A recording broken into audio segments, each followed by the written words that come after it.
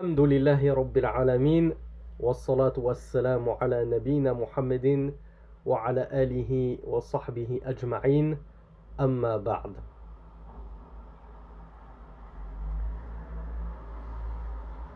Alors, on s'est arrêté à l'erreur numéro 5, il me semble. Voilà, c'est le fait de serrer la main. Ouais, l'erreur numéro 5, on avait vu que le messager d'Allah sallallahu alayhi wa sallam n'avait jamais serré la main d'une femme. Il avait même dit que se faire transpercer la tête pour un homme avec une aiguille en fer était préférable que de toucher une femme qui ne lui était pas licite, c'est-à-dire une mar'a ajnabiya, une femme étrangère qui ne fait pas partie de ses maharim, ni de ses épouses. Donc erreur numéro 6, التساهل بالحجاب عن إخوة الزوج وأبناء العمومة وغيرهم من غير المحارم. Donc le cheikh nous dit l'erreur numéro 6, c'est le fait d'être négligent par rapport au hijab envers les frères du mari. Les frères du mari, c'est qui? C'est les beaux-frères. On a dit que les beaux-frères, c'était quoi en islam?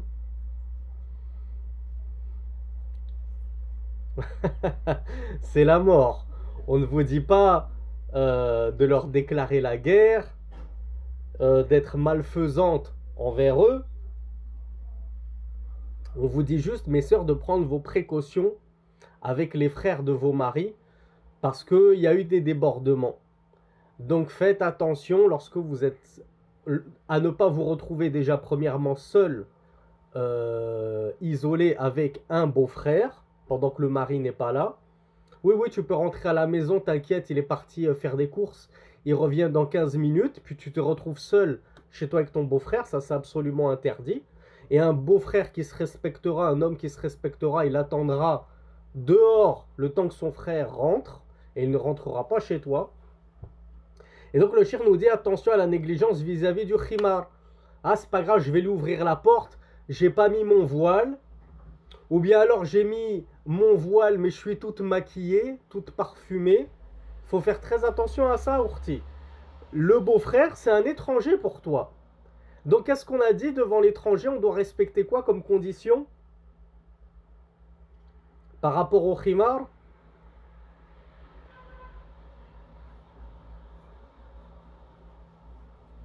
Voilà, bravo. On doit respecter les fameuses 8 conditions du djilbab dont nous avions parlé dans le cours adéquat. Donc c'est pas parce que c'est le beau-frère qu'il y a quelques conditions du djilbab qui peuvent sauter avec lui. Oh, avec lui, c'est pas grave si je suis un peu moulante, hein, j'ai ma petite abaya de maison, je venais de faire le ménage, on voit la moitié de mes bras, on voit mes pieds, on voit l'encolure, c'est moulant, on voit un petit peu la forme de certaines de mes formes. C'est pas grave, je lui ouvre la porte, je lui parle comme ça pendant 5 minutes, je l'occupe le temps que mon mari rentre à la maison. Attention mes sœurs, c'est pour ça que Rasulullah sallallahu alayhi wa sallam a dit le beau-frère c'est la mort, parce qu'on a trop tendance à baisser les armes devant le beau-frère et à découvrir, comment on appelle ça, son armure, à ôter son armure. Et c'est par cela que le diable va venir s'immiscer, s'infiltrer entre vous. Là, c'était une exhortation aux sœurs. Et on vous fait une exhortation à vous, mes frères. Rasulullah sallallahu alayhi wa sallam a dit Iyyakum wad-dukhula ala an-nisa. فقال رجل من الأنصار أفرأيت الحم فقال الحم الموت والحديث متفق عليه. Donc Rasulullah sallallahu alayhi wa sallam avait dit d'une manière très générale, prenez garde à rentrer chez les femmes, ô vous les hommes, faites attention à ne pas rentrer chez les femmes. Alors l'un de ses compagnons lui a dit, un de ses compagnons parmi les auxiliaires, les Ansar, lui avait dit au messager d'Allah, vois-tu Al-Hamw, le beau-frère, donc le frère du mari, est-ce que lui peut rentrer chez sa belle-sœur, chez la femme de son frère? C'est là que le messager d'Allah sallallahu alayhi wa sallam lui a répondu Al-Hamul Maut. Le beau-frère, c'est la mort.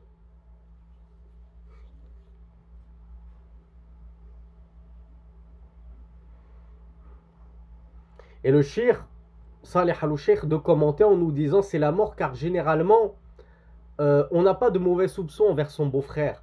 On se dit, il va rien arriver, c'est le frère de mon mari. Il va pas me toucher, il va pas me sauter dessus, il va pas me draguer. Il va pas me faire quelques blagues pour détendre l'atmosphère. Après, je vais rigoler et je vais me rendre compte qu'en fait, il est plus drôle que mon mari. Et finalement, je vais me rendre compte qu'il est mieux que mon mari et que c'était lui, le frère parmi les deux que j'aurais dû épouser, non mon mari. Et bim, ça divorce avec le mari pour épouser le frère. Donc faites très attention. Donc le cheikh nous a aussi parlé des cousins. Les cousins, c'est qui? Ce sont les enfants des oncles et des tantes. On se dit, ah ça va, c'est le fils de mon oncle. C'est mon cousin germain, c'est pas un cousin éloigné, c'est un cousin super proche. Il va jamais rien se passer, c'est le fils de ma tante. Comment je pourrais le toucher? Comment il pourrait me toucher? Eh bien, il y a eu des cas, figurez-vous. Donc, ne baissez jamais vos gardes, mes chères sœurs. Et vous, mes frères, faites preuve de vraie virilité, de vraie galanterie. Et ne vous amusez pas à rentrer chez autres que vos maharim. Ou en tout cas, de sorte à vous retrouver dans des situations de promiscuité. Maintenant, pour l'Aïd, tu visites ton oncle, il y a ses filles, voilà. C'est pas de ta faute, il y a ses filles, voilà, il y a de la mixité parce que malheureusement c'est comme ça, dans nos familles on ne sait plus séparer les hommes des femmes. Bon, je m'assois autour de la table, il y a mixité, je reste 5-10 minutes pour parler à mon oncle et j'évite de me comporter de manière un petit peu frivole avec mes cousines. Et comme je l'ai dit, ni je les touche, ni je les embrasse, quand bien même c'est à l'Aïd. Septième erreur, at-tasahul bi... alors, qu'est-ce qu'il dit? At-tasahul bil khalwa bil mar'ati fil bayti was sayyara wa nahwihima.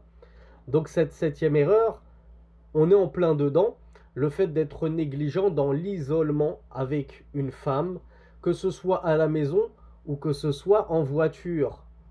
Qu'est-ce que je dois en comprendre, mes frères et mes sœurs? Qu'est-ce que le cheikh est en train d'essayer de nous expliquer là? Bravo Abou Ismail, bravo Marie, bravo Amina. Bon ben bravo tout le monde, vous avez tous la bonne réponse. Vous avez tous vu là où je voulais en venir et là où le cheikh veut en venir. On a tendance à trop se simplifier, mes frères et mes sœurs, et surtout mes sœurs, hein. Je m'excuse de parler aux sœurs, mais la sœur elle se dit, je peux pas faire autrement, je suis obligé de prendre un taxi. Je vais pas prendre le bus, c'est galère, c'est loin. Un taxi c'est plus rapide. Un Uber, ça réunit tous les avantages du taxi avec les avantages des prix bas des bus et des métros. Allez, je vais m'appeler un Uber. Et tranquille, il y a un frère qui vient chercher la sœur comme une princesse. Elle monte et elle se retrouve dans une situation d'isolement avec lui. Et qui te garantit, ma sœur, que ce frère-là, ce conducteur, il va bien t'amener à bon port? Il va t'amener là où tu lui as demandé. Qu'est-ce qui l'empêche, potentiellement, si ce n'est la crainte d'Allah subhanahu wa ta'ala, de t'emmener là où il aura décidé de t'emmener? Et malheureusement, quand j'étais en Égypte, j'ai entendu des histoires de sœurs qui se sont fait enlever par des taxis. Alors parfois même pire, il y avait carrément des voitures qui s'arrêtaient et qui kidnappaient les sœurs. Là vous allez me dire c'est pas de la faute de la sœur, parce que ça arrivait même en plein jour, figurez-vous. Ma propre femme a failli se faire enlever lorsqu'elle se rendait à un cours en pleine journée. Une voiture qui s'était arrêtée à son niveau et qui commençait à la suivre. Alhamdoulilah, Allah l'a protégée. Et on a eu des sœurs qui n'ont pas eu cette bonne fin et qui se sont fait enlever, qu'on n'a plus jamais retrouvé. Et on a eu des sœurs qui ont monté, qui sont montées dans des taxis. Elles se sont donc jetées dans la gueule du loup, toutes seules, et le taxi les a emmenées là où il l'a voulu et on les a retrouvées mortes. Et très certainement qu'elles ont été violées avant d'avoir été tuées. Et j'ai même entendu cette histoire-là lorsque j'avais fait mon pèlerinage. Ça remonte à 12 ans peut-être. Je ne sais plus quand est-ce que j'ai fait mon pèlerinage. Ça devait être en 2010. Si mes souvenirs sont bons. Donc ça fait quoi? Ça fait 12-13 ans. Eh bien lorsque j'étais à la Mecque, on m'avait dit faites attention à vos femmes, mes frères. Parce qu'on a un frère qui a perdu sa femme. Elle était montée dans un taxi. Ça arrive beaucoup lorsqu'on est à la Mecque et qu'on veut faire des déplacements entre Mina et Mecca, ou qu'on veut aller à Médine, des choses comme ça, ou même qu'on veut visiter un petit peu la Mecque. Eh bien, ça arrive qu'on se simplifie la vie et qu'on veuille prendre des taxis. Eh bien, il y a des femmes qui prennent des taxis sans leur mari. Et malheureusement, il y en a une qui s'était fait enlever parmi de ce qu'il m'avait été rapporté. Donc mes sœurs, ne prenez jamais ce risque de vous retrouver seul dans un taxi sans mahram. Vous allez me dire, est-ce qu'on a le droit de prendre un taxi si on est plusieurs sœurs? Parce que ça, est-ce que ça compte comme de la khalwa? Khalwa, c'est un mot important que vous devez connaître, il revient souvent, ça veut dire isolement. Est-ce que deux sœurs qui montent dans un taxi, c'est de la khalwa? Eh bien non, mes sœurs. Contrairement à ce que certaines m'ont dit, non, ce n'est pas de la khalwa, ce n'est pas un isolement. Puisque l'isolement, c'est quoi? Un homme avec une femme. À partir du moment où il y a plusieurs hommes ou bien plusieurs femmes, comme l'a dit l'imam An-Nawawi, ce n'est pas un isolement. Mais ça ne veut pas dire pour autant que c'est autorisé. Tu penses que parce que tu vas ramener une sœur en plus avec toi, c'est un gros bonhomme de 85 kilos qui va avoir peur de ta copine? S'il veut, il vous kidnappe toutes les deux. Et il vous ferait des horreurs à toutes les deux en même temps. C'est vous qui allez, à vous deux, vous débattre contre un grand gaillard. Donc mes sœurs, ne vous jetez pas dans la gueule du loup. Barakallahu fikum. Ou barakallahu fikunna. Et ne montez jamais dans des taxis sans mahram, sans un homme avec vous. Et c'est d'ailleurs pour ça que le voyage de la femme sans mahram est interdit selon la majorité des savants. Et vous aussi, mes frères, qui êtes conducteurs de taxi, conducteurs de Uber et ce que vous voulez, ne prenez pas de sœurs sans qu'elles soient accompagnées de mahram. Vous allez me dire, oui, comment on fait, c'est difficile, etc. Moi, je vous donne le jugement, mes frères. Je ne suis pas non plus là pour trouver des solutions à tous les problèmes de l'humanité. Je vous dis, ne le faites pas, et qu'Allah vous facilite, mes frères qui êtes dans cette situation-là. Tu vas dire, moi je sais me tenir, je suis un mari fidèle, etc. Je peux te dire que si tu as une gilbabette très très jolie qui commence à te faire des avances, etc., c'est dur de résister à la tentation. Subhanallah. Même notre prophète Youssouf, il avait dit que si ce n'était la miséricorde d'Allah subhanahu wa ta'ala, il aurait très certainement fini par succomber à la tentation. Parce que c'est dur la tentation. Inna nafsa la'ammaratun bis-sou. Comme il l'a dit notre prophète Youssef, l'âme est très incitatrice au mal. Ne te pense pas à l'abri.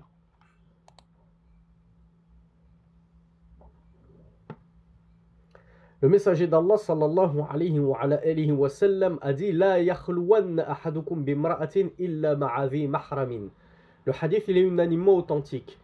Qu'aucun et dans la langue arabe, il a employé le nun at-tawkid. C'est-à-dire il a employé une figure de style qui connote comment on appelle ça le tawkid en français, le fait d'accentuer quelque chose, d'insister sur quelque chose. Donc il a insisté en disant que surtout aucun d'entre vous ne s'isole avec une femme sans qu'il n'y ait un mahram pour casser cet isolement. Et dans un autre hadith que je vous avais déjà cité, le messager d'Allah sallallahu alayhi wa sallam avait dit La yakhluwanna rajulun bimra'atin illa kana thalithuhuma ash-shaytan. Ou illa kana thalithahuma ash-shaytan. Donc le messager d'Allah sallallahu alayhi wa sallam avait dit qu'aucun homme ne s'isole avec une femme sans que le troisième des deux ne soit le diable, qui est là pour venir semer la fitna entre vous et faire pencher l'un vers l'autre afin qu'il se passe des choses très regrettables.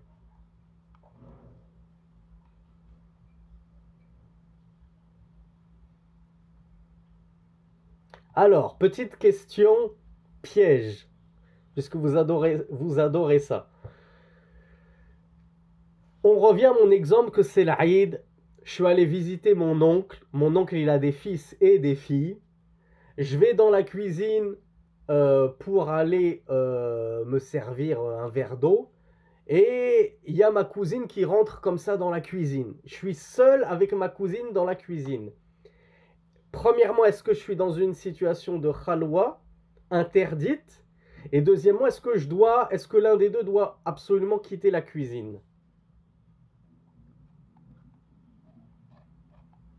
Alors, la plupart d'entre nous, vous me dites que oui, c'est une situation de khalwa interdite. Bintoul me dit si c'est vite fait, c'est pas grave.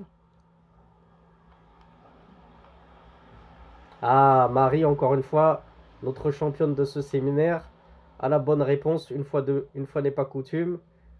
Qu'Allah préserve cette sœur ainsi que toutes nos sœurs et tous nos frères de ce séminaire qui nous augmentent en science. Alors, premièrement, on répond à la première partie de la question. Est-ce que c'est une situation de khalwa interdite? J'ai bien dit khalwa interdite. Oui, c'est de la khalwa. Dans la langue arabe, ça s'appelle isolement. Ils sont isolés, ils sont que tous les deux dans la pièce. Est-ce que c'est interdit? Non, c'est pas interdit. Pourquoi? Le shir nous dit ça devient de l'isolement interdit lorsqu'il y a fermeture de la porte ou de la pièce, comme lors d'un taxi, bim, ça y est, il a fermé la porte sur toi, tu es coincé, tu es devenu sa proie. Donc là, lorsqu'il y a fermeture de la porte et que les gens ne vous voient plus, ne vous entendent plus, là oui, c'est une situation d'isolement interdit. Et là, l'un des deux doit quitter la pièce pour obtempérer à l'ordre du messager d'Allah sallallahu alayhi wa sallam. Mais s'il n'y a pas de fermeture de porte, que la cuisine, c'est une cuisine américaine, par exemple, grande ouverte, etc. Vous êtes certes tous les deux, mais tout le monde peut vous voir. Vous n'êtes pas caché aux yeux des gens. Ou bien tout le monde peut vous entendre. On sait ce que vous faites. Alors là, oui, c'est une situation d'isolement, mais ce n'est pas de l'isolement interdit. Donc, il ne faut pas commencer à paniquer. Oh là là, il faut que je quitte la pièce. J'avais soif, je n'ai même pas pu prendre mon verre d'eau. Donc, vous voyez, le cheikh nous dit الخلوة المحرمة هي ما كانت مع إغلاق لدار أو حجرة أو سيارة ونحو ذلك أو مع استتار عن الأعين فهذه خلوة محرمة. Donc le Cheikh Saleh al-Sheikh, Hafizahullah, il nous dit que l'isolement interdit et proscrit, c'est celui dans lequel il y a la fermeture de la maison. Hein, tu t'enfermes, tu fermes la porte de la maison, tu laisses rentrer ta belle-sœur et tu fermes la maison. Vous êtes tous les deux dans la maison, isolés. Si elle est au seuil de ta porte, que la porte est ouverte et vous communiquez comme ça, alors c'est pas de l'isolement interdit. Ou bien fermer une chambre. Hein, vous êtes plusieurs dans la maison, mais elle te rejoint dans une chambre. Tu fermes la porte de la chambre, bim, là tu te trouves dans une situation interdite et illicite. Ou bien la fermeture de la porte d'une voiture. Ou bien le fait que vous soyez soustrait au regard des gens. Hein, c'est pas forcément que la porte elle est laissée ouverte. Admettons que tout le monde est dans l'étage du bas et vous allez aller dans l'étage du haut, dans une chambre dans l'étage du haut, toi et ta cousine, ou toi et ta belle-sœur, et tu laisses la porte ouverte, tu dis c'est bon, laisse la porte ouverte. Le cheikh il a dit que c'était lorsqu'on fermait la porte. Non, à partir du moment où vous êtes totalement soustrait au regard des gens, ils peuvent plus vous voir, ils peuvent plus vous entendre, là tu es dans une situation illicite. Donc il faut que tu fasses en sorte que vous soyez potentiellement visible et entendu. Et si possible, ne jamais fermer les portes. Donc ça, c'est un conseil que je vous donne, mes frères et mes sœurs, lorsque vous vous retrouvez dans une situation face à un employé de mairie, un patron, le docteur, je sais pas quoi. Parfois, on est amené à rentrer dans une pièce, un cabinet, et la personne nous dit « Veuillez fermer la porte derrière vous ». Ne la fermez pas complètement. Au pire, vous faites semblant, vous fermez comme ça à moitié, vous laissez entrouvert, afin de ne pas vous retrouver dans une situation d'isolement interdit. Alors MJ me demandait dans un ascenseur, ben, c'est exactement ce qui m'était arrivé à la Mecque. Être seul avec une femme dans un ascenseur, il faut que l'un des deux quitte l'ascenseur. Et alhamdoulilah, la sœur qui s'était niqabée pour l'occasion, puisque c'était une sœur de mon groupe, qui ne portait pas le niqab en France, mais arrivée sur place, elle avait mis son niqab. Elle avait compris, puis elle s'était désistée, elle m'avait laissé seul dans l'ascenseur. Sinon, j'aurais dû descendre tous les escaliers à pied, j'aurais très certainement raté ma prière. Donc oui, dans un ascenseur, c'est même très dangereux. Hein, l'ascenseur, c'est malheureusement plus le fantasme de certains pervers. Hein, c'est leur rêve de pouvoir se retrouver coincé dans un ascenseur avec une petite une petite maghrébine, une petite musulmane voilée, serait même capable de mettre en panne l'ascenseur pour profiter de vous et de votre faiblesse. Donc évitez, quitte à avoir à descendre 10 escaliers à pied, mes sœurs, c'est préférable que de vous retrouver dans une situation qui pourrait vous ôter votre pudeur et votre chasteté contre votre gré.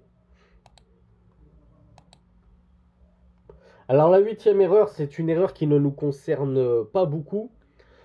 استخدام الخدم والسائقين والخادمات من غير ضرورة. Le cheikh nous dit c'est le fait de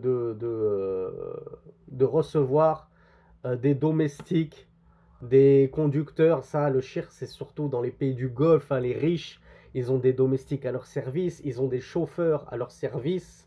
Donc il nous dit le fait de se retrouver en... Alors, amma in kana as-sa'iq wal khadima zawjaini muslimaini fahadha akhaffu wa mubah.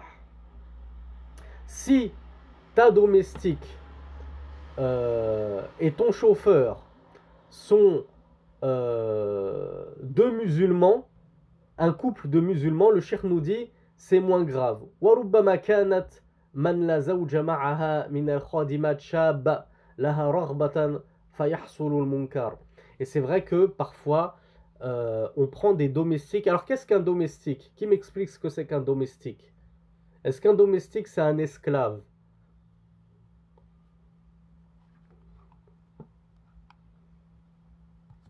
On est d'accord que quand on parle de domestique à notre époque, on n'est pas en train de parler des esclaves de l'époque qui nous servaient et avec lesquels le maître de maison, le propriétaire de l'esclave, avait le droit d'avoir des rapports charnels. Vous vous souvenez, on l'a déjà dit, milkul yamin, ce que ta main droite possède d'esclave, tu as le droit d'avoir des rapports avec. Moi je suis un homme, j'ai pris une femme de ménage. C'est ce qu'on appelle une fille au père. Elle vit chez moi 7 jours sur 7. Ou alors 6 jours sur 7, elle a un jour pour retourner voir sa famille. Donc elle est là chez moi toute la journée, elle fait le ménage, elle fait à manger, elle s'occupe des enfants, etc. Avec elle, est-ce que j'ai le droit de me retrouver dans une situation d'isolement parce que c'est ma domestique, c'est ma gouvernante, on ne peut pas faire autrement? Non, ça n'excuse pas ça n'excuse pas le fait que tu aies le droit de te retrouver seul avec elle. Le cheikh nous dit, surtout si elle est jeune, et elle est jeune et donc elle est désirable. Le cheikh nous dit cela va conduire bien souvent à du munkar, à des choses répréhensibles. Que ce soit le regard fornicateur, comme vous le savez, Rasulullah sallallahu alayhi wa sallam a dit certes l'œil fornique, donc le fait, on l'a dit, le premier regard il est pour toi, mais le deuxième regard il est contre toi, c'est pas parce que c'est ta domestique que tu as le droit de la regarder, mon frère. Donc voilà pourquoi le cheikh nous dit de faire très attention avec les domestiques, avec les chauffeurs. Oui, moi je prends un chauffeur, il dépose ma femme et mes enfants au travail et à l'école, etc. C'est très très très dangereux. Mais comme je vous le disais, en général, cette erreur-là, on n'est pas trop concerné. Quand je dis nous, ceux qui résident en Europe ne sont pas trop concernés. C'est vrai que c'est typiquement quelque chose qu'on rencontre très fréquemment chez les riches du Moyen-Orient.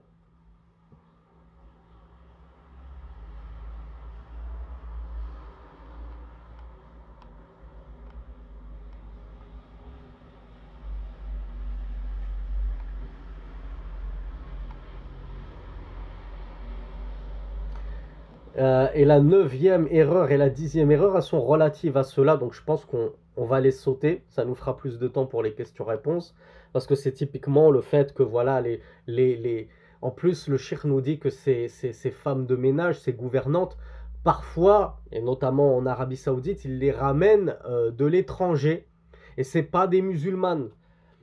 On sait que parfois ils vont les chercher en Thaïlande, parfois ils les ramènent je ne sais pas si c'est Singapour ou des pays comme ça, et c'est des bouddhistes, c'est des animistes, c'est même pas des musulmanes. Et du coup, elles vont corrompre l'éducation des enfants dont elles ont la charge au jour le jour, à cause de leurs croyances complètement déviantes et hérétiques, sachant que le cheikh nous rappelait que Rasulullah sallallahu alayhi wa sallam avait dit « Akhriju ahl al-kitab » ou Akhrijul mushrikin min jaziratil arab.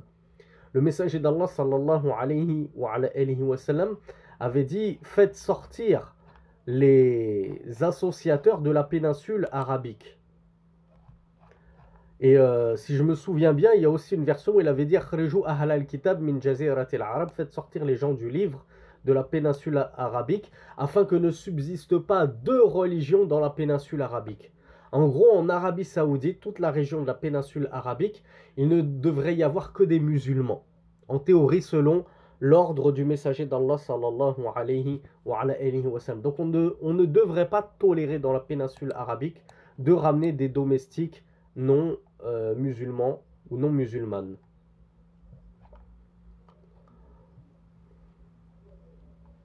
Donc, 11e erreur, on l'a vu très rapidement. Safarul mar'ati bighayri mahramin barran aw bahran aw jawwan. Le cheikh nous dit, la 11e erreur, que vous connaissez tous, le fait qu'une femme voyage sans mahram. Alors, est-ce qu'il y a des exceptions à la règle? Le cheikh nous parle de voyage terrestre, maritime et aérien. Est-ce que parmi ces trois types de voyages, il y en a un ou deux qui feraient exception à la règle?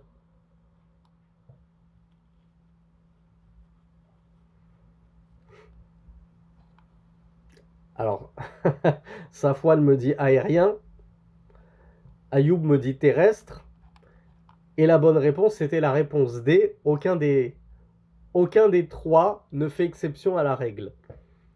Tout voyage pour la femme, à partir du moment où c'est un voyage, chez la majorité des savants, on considère que c'est un voyage lorsque tu as dépassé 80 km.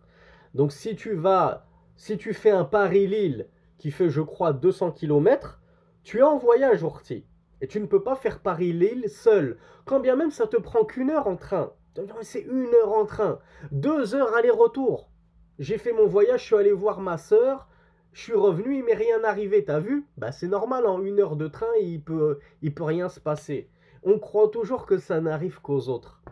Je pense que vous l'avez vu, je ne sais pas si la majorité d'entre vous me suivez déjà de base. Je ne sais pas si vous êtes un nouveau public, si vous me connaissez, si vous me suivez des réseaux sociaux. Secondement, je ne sais pas quel est le réseau social sur lequel vous me suivez le plus. Est-ce que vous êtes sur Twitter, Instagram, Facebook, Telegram? Quoi qu'il en soit, je vois que la sœur Marie... alors, c'est pas ce que je voulais... Non, la sœur Marie me rapporte un autre témoignage. Moi, ce que j'avais vu sur Twitter, c'était une sœur très jeune en niqab qui était allée à Marseille, je crois, pour rejoindre son mari. Et elle s'est faite prise en photo par un facho. Je crois que c'était un député ou un maire. Je crois qu'il était maire d'une ville. Et ensuite, il l'avait affiché sur tout Twitter. Et vous savez, sur Twitter, ça va très très vite. Et en gros, il disait, voici encore une personne qui ne respecte pas la laïcité. Alors, c'était pas Damien Rieu, c'était un maire. Le maire d'une ville ou le maire adjoint d'une ville. Bref, il avait affiché cette pauvre sœur en niqab qui avait eu le malheur de voyager seule. Dites-vous qu'il ne s'en est pris à elle que verbalement et en la photographiant. Certains fous détraqués pourraient s'en prendre à vous physiquement, mes sœurs. Donc ne vous dites pas, il ne va rien se passer, c'est le train, il y a du monde, il y a des gens qui vont intervenir et me défendre. Ne pensez pas que tout le monde est courageux et que tout le monde vous défendra. Et ne pensez pas que ça arrive toujours aux autres. Et des témoignages, on en a plein. Marie me disait, une sœur voilée, effectivement, je l'ai vu cette annonce, un fou, enfin je sais pas si c'est un fou, un facho ou un facho fou, qui l'a poussée dans la rame du métro. Lorsque le métro est arrivé, elle est morte. Ça doit très certainement être un crime islamophobe. Voilà pourquoi, mes sœurs, essayez de limiter vos sorties au maximum. Essayez de vous préparer un maximum pour faire votre hijra et quitter ces pays d'islamophobie dans lesquels vous vous trouvez. La France est un pays dont la religion d'État, puisque c'est un pays très religieux, la France, et la religion de la France, c'est l'islamophobie. C'est pas la laïcité, c'est l'islamophobie. Il faut appeler un chat et arrêter d'appeler un chat un chien. Non, la France, sa religion, c'est un pays très religieux et ce sont des islamophobes. C'est ça leur religion, c'est l'islamophobie. Et la Belgique, parce que je sais qu'on a beaucoup de frères et de sœurs qui nous suivent de Belgique, commence à rejoindre la France pas à pas, emprunter le même chemin que la France. Donc préparez-vous pour quitter ces pays. islamophobes qui veulent votre peau, au sens propre comme au sens figuré, on veut votre peau. Une sœur à minuit dans la rue, elle a de grandes chances de se faire embêter, de se faire frapper, voire même violer, etc. Donc la femme ne voyage pas seule, que ce soit par voie aérienne, que ce soit par voie maritime, que ce soit par voie terrestre. Et comme vous avez été très nombreux à me le dire, la seule exception à la règle, c'est la hijra. La sœur, elle n'a pas de mahram, elle est convertie ou je ne sais quoi, elle a perdu tous ses maharim, et elle veut absolument aller se réfugier en terre d'islam pour quitter sa terre de Kouf, elle a le droit de voyager seule.